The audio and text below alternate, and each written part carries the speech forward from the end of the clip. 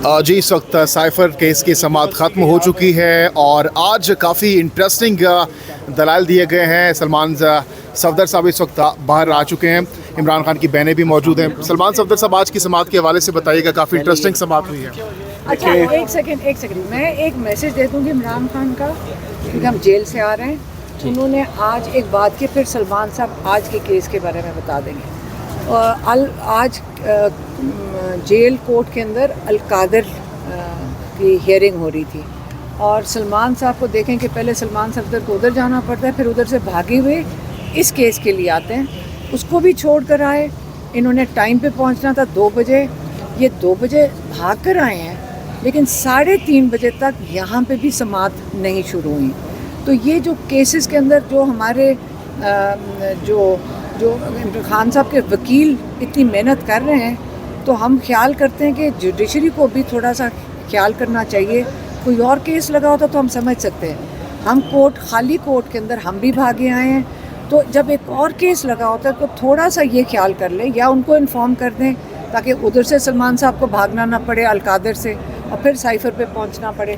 اچھا, اب جو خان صاحب کا میسج ہے, سلمان صاحب تو پہلے آ گئے تھے. خان صاحب نے ایک بات کی ہے القادر کے بارے میں. انہوں نے کہا ان کو بھی پتہ ہے کہ اس کیس کے اندر کوئی چیز نہیں ہے, کوئی دم نہیں ہے. انہوں نے یہ جو اسکرپٹ بنائی ہے وہ یہ بنائی ہے کہ جب یہ ختم ہوئیں گے تو اس کی ہانڈی پک چکی ہوگی اور اس کے اوپر پھر ان کو قید کر دیں گے, اور قید اس وقت القادر پہ جا کے کریں گے جس وقت چھٹیاں شروع ہو جائیں, بیل بھی نہ ہو سکے, تاکہ اگر 2-3 مہینے یہ وہ ان کو قید میں رکھیں. تو ان کا اگر ارادہ ہے تو پہلے سے ہی خان صاحب کو پتہ ہے کہ انہوں نے سپٹمبر اکتوبر تک ان کو قید سے نہیں باہر آنے دینا. یہ عمران خان نے آج یہ کہہ کے بھیجا ہے. اور آپ یہ جو جتنا ہمارے یہ لائرز محنت کر رہے ہیں اور ان کو تھکا رہے ہیں, لیکن ان کا مقابلہ ہم سلمان صفدر صاحب کو خاص ان کو اپریشیٹ کریں گے کہ ہم نے دیکھا کہ انہوں نے کتنی محنت کر کے اس کو چلائی رکھا ہے. ان کو کتنے 2-3 دفعہ یہ واپس گئے ہیں جیل کے اندر سائفر کے لیے, اور ماشاءاللہ انہوں نے جو کمپلیٹ کیے ہیں دلائل, یہ ان کو نہیں میں نے بولنے دینا. آج میں نے ان کے بارے میں بات کرنی ہے کیونکہ انہوں نے ہمیں ان پہ بہت بھروسہ ہے. ہم ان کے اعتماد پہ چلیں, اور ان لوگوں نے ہمیں بڑے حوصلے میں رکھا ہے. ہمیں ان کے ساتھ بڑی تسلی رہی ہے, اور انہوں نے اپنے دلائل جب مکمل کریں ہمیں بھی لا سمجھ آ گیا. اب یہ ہے کہ اب ان کے دلائل چل رہے ہیں. اب یہ چاہے 10 دن گھسیٹیں, اس میں نہ ہمارے مطلب جو ہماری ٹیم ہے ان کا کوئی رول ہے. اب یہ نہیں پتہ, یا باقی سلمان صفدر صاحب بتائیں گے کہ کیا ہے. جی ٹیسٹ میچ شروع ہو گیا ہے. دیکھیے ٹیسٹ میچ نہیں, میں سب سے پہلے تو بہت شکر گزار ہوں. میرے لیفٹ پہ علیمہ آپا ہیں, عمران خان صاحب کی بہن ہے. میرے رائٹ پر شاہ محمود قریشی صاحب کی مسز ہیں. میرے لیے it's a moment of honour کہ دونوں کلائنٹس جو ہیں they have full trust and confidence in our professional legal abilities. میں اس بات کی تائید کرتا ہوں کہ جب ایک شخص کے اوپر 2 سال سے لگاتار مقدمے بن رہے ہوں, 200 سے اوپر مقدمے ہوں, ہر کسی کے لمیٹڈ وسائل ہوتے ہیں. کتنے وکیل آپ نے انگیج کرنے, کتنے لائرز آپ نے اپوائنٹ کرنے, وہ کہاں بھاگیں, وہ کہاں جائیں. اور آپ کو پروفیشنل لائرز جو ہیں وہ رکھنا بھی اپنی چوائس کا ہے. کیسز بھی بڑے مشکل نوعیت کے بنائے گئے ہیں, تو ہم کبھی ایک عدالت میں بھاگتے ہیں, کبھی دوسری عدالت میں بھاگتے ہیں. یہ زیادتی ہے. ہمیں کوئی اسپیشل, جیسے بعض اوقات عدالتیں تو بڑی اسپیشل کیسز کے لیے لگ جاتی تھیں. آپ اس چیز کو ہم نہیں بھول سکتے کہ آپ نے اپنے فورن منسٹر کے اوپر یہ الزام لگایا ہوا ہے.